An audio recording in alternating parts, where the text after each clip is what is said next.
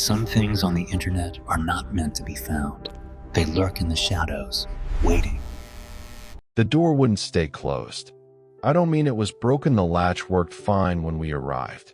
I mean it kept swinging open on its own, slow and deliberate, like something on the other side wanted us to know it could.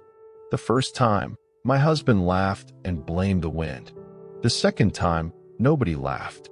The third time, I was alone in the kitchen at 2 a.m, and I watched it swing wide open to reveal nothing but darkness and tree line and the distant, unmistakable shape of something standing just beyond where the porch light reached. I closed the door. I locked it. I stood with my back against it for a long time. The cabin didn't feel wrong until the third night. By then, it was too late to leave. But I'm getting ahead of myself. That's story 5. And trust me, you need to earn story 5. It's the one I almost didn't include tonight. It's the one my editor told me to cut, and I told him absolutely not. And then he watched the footage I was referencing and told me he needed to take a walk and didn't come back for 20 minutes. Story 5 is the reason I still sleep with the light on. And I'll get there. I promise I'll get there. But first, for others.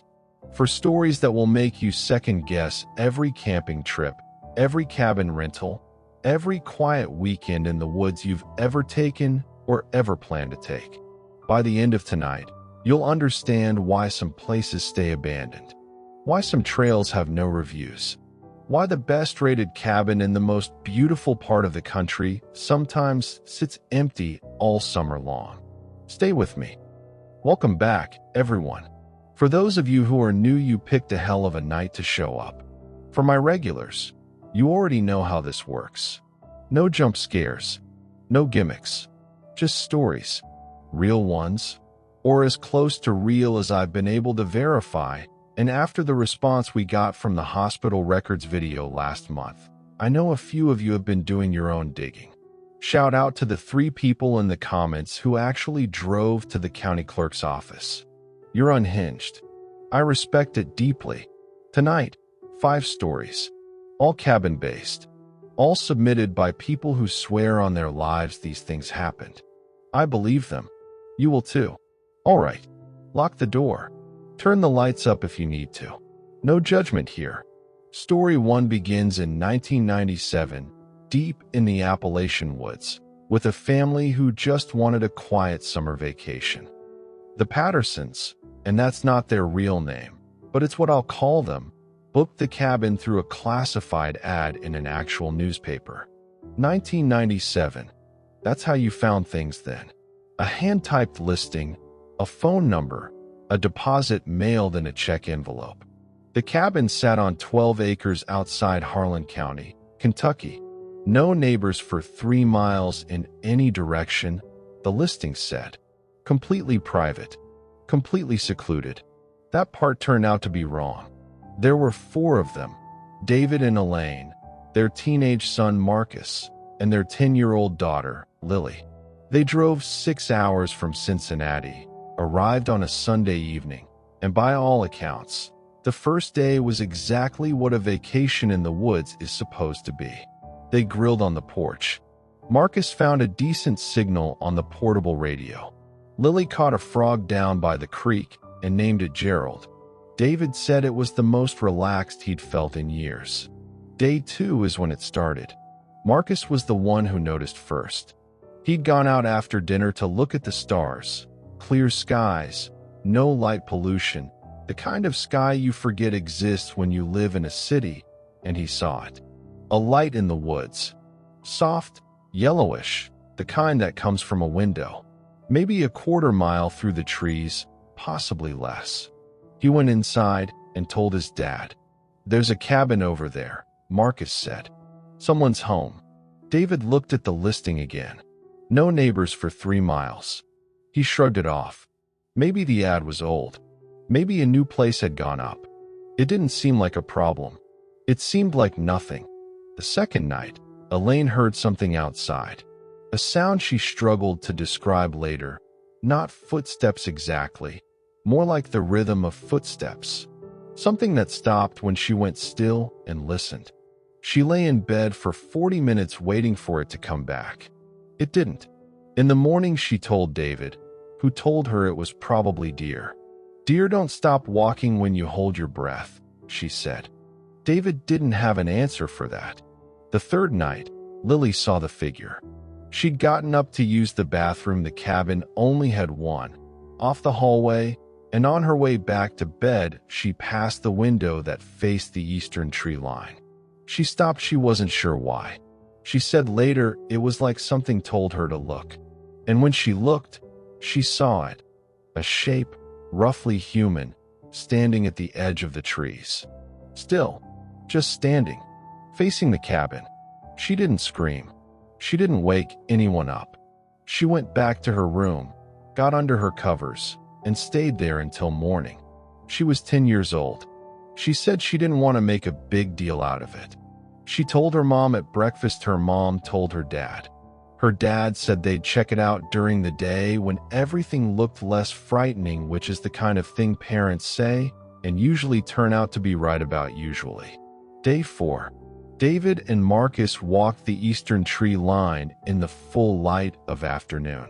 The trees weren't dense enough to get lost, and you could navigate by the light from the other cabin's window, or rather, the space where it would be at night. They pushed through briars and low branches for about 10 minutes before the second cabin appeared. It was older than theirs, smaller. The porch boards were soft with rot, and the windows were coated in years of grime. David's first thought was that it was abandoned. Had to be. Nobody had been in that place for years. But the door was open, not broken open, not hanging off a hinge, just open, wide open, like someone had stepped out a moment ago and would be right back. David told Marcus to stay on the porch. He went inside. The cabin was a single room with a kitchenette along one wall and a table in the center. There was dust on every surface except the table. The table had been wiped clean. On it sat 4 plates. 4 glasses of water, not stagnant, not green, actual clear water that had been placed there recently. In the center of the table, he'd packed it himself. A block of cheddar, still in its original wax. A sleeve of crackers from the same brand he'd bought at their gas station stop. 3 apples. A bag of beef jerky with the gas station's price sticker still on it. And beside each plate, a slip of paper. 4 slips. 4 names. David, Elaine, Marcus, Lily, written in neat, even handwriting. Like place cards at a dinner party. Like they'd been expected. David didn't touch anything. He walked back to the porch, told Marcus in a very calm voice that they needed to go back to their cabin right now. And then he went back to their cabin and told Elaine to start packing. He didn't explain why until they were in the car with the doors locked and the engine running. Then he told her. Elaine asked if they should call the police. David said, "What would we tell them?" They drove home that evening. They didn't finish the week. They didn't ask for a refund on the remaining days. David called the owner of the cabin from a payphone 2 towns over and said there was a family emergency, which was, in its way, the truth. They never found out who had been watching them. They never found out how someone knew their names, or where they'd bought their food, or how long they'd been followed without knowing. They filed a report with the county sheriff, who went out to look and found the second cabin empty. No plates, no water, no papers. Just dust and rot and a table someone had recently wiped clean. To this day, that family has never gone back to Harlan County, and they never will. Now, the family in Story 1 got out. They were shaken, they were frightened, but they got out. The couple in Story 2 wasn't so lucky with their nerves, and what happened to them in a cabin in rural Vermont will make you think twice before you ever complain about a strange noise in the night again. Let me tell you about Ryan and Cassandra. They were the kind of couple who thought a weekend without Wi-Fi sounded romantic. No phones, no emails, no notifications, just 2 people, a wood-burning stove, and a cabin in the Green Mountains of Vermont that Cassandra had found on a rental site and booked in about 4 minutes flat. Ryan said it looked perfect. Cassandra said it looked peaceful. They were both right. For about 18 hours, it was both of those things. They arrived Friday evening. The cabin was genuinely charming. Exposed beams, a porch with a swing, a little kitchen that smelled like cedar and old coffee. The Wi-Fi, as promised in the listing, was available. What the listing did not mention was that available meant one bar that disappeared entirely if you stood more than 6 feet from the router. Ryan spent the better part of Friday evening holding his phone above his head at different angles, trying to load a weather forecast. "I thought we weren't doing phones this weekend," Cassandra said. "I just want to know if it's going to rain." It's Vermont. In October, it's going to rain. She was right. It rained. They ate dinner. They played cards. They went to bed early the way you do when there's nothing else to do and the dark outside is the kind of thick, total dark that cities never actually get. By 11 o'clock, they were asleep. At 2 in the morning, someone knocked on the front door. 3 knocks. Firm. Deliberate. The kind of knock that isn't accidental, isn't a branch, isn't the house settling. Ryan sat up immediately. Cassandra grabbed his arm. They both waited. Silence. Ryan got up, turned on the porch light, looked through the window beside the door. Nothing. Trees. Rain. The empty gravel driveway. He checked the lock, already bolted, and went back to bed. They lay awake for a while, talking themselves down. Animal, probably. Sound carries strange in mountain woods. Could have been anything. Eventually they slept. At 3 in the morning, 3 more knocks. Same rhythm. Same firmness. Ryan was at the door in seconds this time. Porch light on, window checked, nothing. He opened the door and stepped out onto the porch in his socks, looked left and right, walked to the edge of the porch and looked into the trees. Rain hitting the gravel, wind in the branches. Nobody there. He came back inside, locked the door, stood in the middle of the front room for a long moment. "This isn't funny," Cassandra said from the bedroom doorway. "I know," Ryan said. "Do you want to leave?" He looked at the clock. 3:07 in the morning. Pitch dark outside. Rain coming down harder now. The nearest town 40 minutes on a winding mountain road.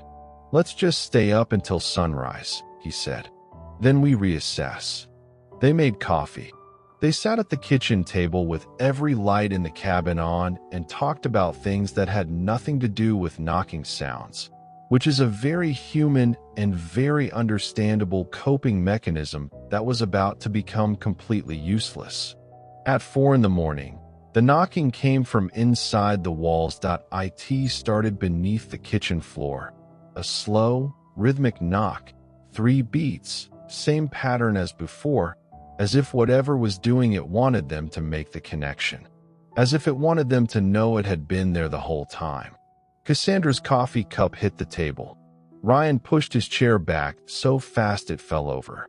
The knocking moved, or seemed to move, tracking along beneath the floorboards toward the center of the room, then stopping directly below where they stood. Joel packed his gear that night and left before dawn. He did not retrieve the cameras. He told himself he'd send someone else, which is the thing you tell yourself when you know you're never going back. A friend went out 2 weeks later to collect them. Cameras 1, 2, 3, 5, and 6 were found smashed, lenses broken, housings cracked, like something had stepped on them deliberately. Camera 4 was intact, but it had been moved, repositioned. It was no longer aimed at the tree line. It was aimed at the cabin door. I tried to find that property on Google Maps after Joel sent me this story. I looked at the satellite view for a long time. I wish I hadn't. I'm going to leave it at that. Story 4 is shorter. Sometimes the scariest things don't need a long setup. Sometimes all it takes is a sound from a room that's supposed to be empty, and everything changes. Mara booked the cabin at 9 o'clock on a Thursday night, which tells you everything you need to know about the state of mind she was in. Not 9 in the morning, 9 at night. She found the listing, looked at exactly 4 photos, read approximately half of 1 review, and booked 3 nights starting immediately. Same day arrival. She'd had the kind of week that makes a person stop caring about check-in windows and cancellation policies, a collapsed work deadline, a fight with her sister that had been building for 6 months and finally detonated over a text message, and an apartment that had started to feel like a room she was being held in rather than a place she chose to live. She needed out. The cabin was 3 hours north. The listing said the key would be under the mat. She drove up that same night. She arrived just after midnight. The cabin was at the end of a long gravel road, dark except for a single bulb burning above the front door, the kind of light that timers keep on for arriving guests. The key was exactly where the listing said it would be. Mara let herself in, dropped her bag by the door, found the kitchen, found the kettle, and started the long process of unwinding. For about 20 minutes, everything was fine. Then she heard the breathing. It came from the back bedroom, slow, deep, the unmistakable rhythm of someone asleep. Mara stood very still in the kitchen with the kettle in her hand, and her brain doing the thing brains do when they're trying to find the least frightening explanation for something frightening. And she found one, her friend Dana. She'd mentioned the trip to Dana earlier that week, mentioned the cabin, mentioned needing to get out of the city. Dana had a key to her apartment, could have found the booking confirmation in her email, could have driven up separately, could have arrived earlier and already be asleep. It made sense. It made just enough sense. Mara set the kettle down and walked down the short hallway toward the back bedroom. She put her hand on the door handle. The breathing stopped. The breathing stopped the moment she touched the door handle. That's worse. That means it heard her coming. Mara pushed the door open. The room was empty. Bed made. No luggage. No sign that anyone had been in it at all. She stood in the doorway for a long moment, looking at a room that was completely, perfectly empty and had, 10 seconds ago, contained something that breathed. Then she went back to the kitchen and called Dana. Dana picked up on the 3rd ring, groggy and confused. She was home. She'd been home all evening. She had no idea what cabin Mara was talking about, had never seen a booking confirmation, had never planned to drive 3 hours north on a Thursday night. She asked Mara if she was okay. Mara said she was fine and hung up. Then she opened her phone and pulled up the rental listing to get the host's contact number. The listing was gone. Not just unavailable, gone. The URL returned a page not found error. She searched the platform for the host's profile. It existed, but the listing wasn't on it. She checked her book. She had booked a cabin through a listing that had already been taken down, which meant the booking should have failed, which meant someone, somewhere, had manually processed it anyway, which meant someone had known she was coming. The reviews on that listing had 4 stars. 4 stars. She left. Obviously she left. She got in her car, and she drove, and she didn't stop for 90 minutes. I don't blame her. I would have done the same, and I'd have been moving faster. Here's what I found when I looked into it afterward. The host account had 4 listings total. All 4 were deactivated on the same day, the same morning, within minutes of each other. I have the cached pages. I have the screenshots. I have some other things I found when I dug a little deeper that I'm not going to share tonight, because I want to look into them further before I put them on the internet. Maybe next time. And that brings us to story 5. I told you at the start this one was different. I wasn't lying. Get comfortable. Or don't. Honestly, at this point, it probably doesn't matter either way. I want to be upfront about that, because I'm usually the person collecting these stories, not living them.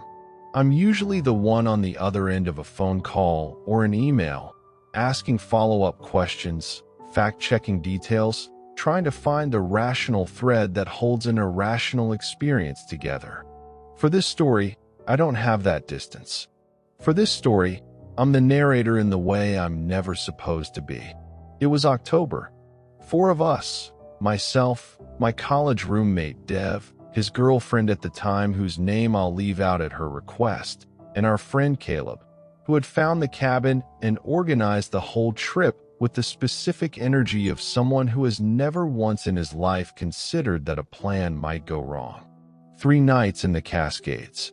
A cabin that sat on the edge of a lake, so still it looked painted. Beautiful country. The kind of place that makes you feel, briefly, like the world is fun day men. We found the journal on the kitchen table. It was a standard composition notebook, black and white cover, slightly warped like it had gotten damp and dried out again. Dev picked it up first. There was no name on it, no indication of who it belonged to. He flipped it open and read the first entry aloud in the exaggerated voice he used for everything he found absurd. October 3rd, arrived around 4. Place is great. Kay already found the kayaks. Made pasta, drank too much, went to bed early. Perfect first day. Dev closed it. Someone's diary, he said. Very gripping stuff. We left it on the table and didn't think about it again until the second night, when Caleb picked it up out of boredom while the rest of us played cards, and started reading further. He got quiet in the way Caleb almost never got quiet, which is how I noticed. Hey, he said, listen to this. October 5th, 3rd night here. Something is moving in the tree line after dark. Kay says it's deer, but deer don't stop moving when you shine a light on them. This thing stops. It just stands there and waits for you to look away. I don't want to make a big deal of it. Probably nothing. But I keep thinking about how far we are from the road. Nobody said anything for a moment. Keep going, Dev's girlfriend said. Caleb turned pages. The early entries were mundane. Meals, weather, small jokes between the group. But somewhere around day 3, the handwriting began to change. Not dramatically, not all at once, just a subtle tightening. Letters pressed harder into the page, sentences shorter and more clipped. The writer had stopped describing what they were doing and started describing what they were hearing. Something walked around the cabin last night for 2 hours. Full perimeter. I counted the footsteps. It never stopped. It never varied its pace. At 4 a.m. it stopped, and I don't know if it left or if it's still out there standing somewhere I can't see. Kay won't talk about it anymore. Says I'm making everyone anxious. Maybe she's right, but I counted the steps and they were too far apart. Whatever it is, it's tall. By the final recorded days, the entries had become something else entirely. Fragmented. Sometimes a single sentence per page. Sometimes words crossed out and rewritten and crossed out again. On what appeared to be day 6, the entire page was filled with a single word repeated until it ran off the bottom edge. Closer, closer, closer, closer, closer. And then the last entry. One line, centered on an otherwise empty page, written in handwriting that was very steady and very deliberate, as though the writer had taken a long breath before putting pen to paper. It only comes when you read this. The 4 of us sat with that for a long moment. Then Caleb laughed. Dev laughed. The tension broke the way tension does when you're with people you trust and the lights are on and there's still wine in the bottle. It cracks and falls away, and the whole thing seems briefly, wonderfully silly. A prank, obviously. A prop left by previous guests for exactly this effect, which was working exactly as intended. We appreciated the craft. We toasted the unknown author. We went to bed. At 2 in the morning, something moved outside. I heard it first, a sound from the direction of the lake, which should have been empty and still. Not footsteps, not snapping branches. A displacement of air, almost like something very large moving very slowly through the dark. I lay in my bunk and I listened, and I heard Dev's breathing in the next bunk change, which meant he was awake and listening too. Then Caleb's door opened. Don't. Dev said immediately, in the dark. I'm just going to look, Caleb said. Caleb, that was Dev's girlfriend, from behind her closed door. Please don't open that door. He opened the door. We heard him step onto the porch. We heard the porch boards under his feet. We heard nothing else. No reaction, no sharp intake of breath, none of the sounds a person makes when they see something that frightens them. After 2 minutes, he came back inside. Nothing there, he said. He sounded almost disappointed. We didn't sleep well. In the morning, over coffee that nobody was drinking with much enthusiasm, Dev picked up the journal from where we'd left it on the table. He opened it to the back. He stared at it for long enough that I put down my mug. What? I said. He turned the journal around and held it up. After the last entry, after it only comes when you read this, there was a new page filled.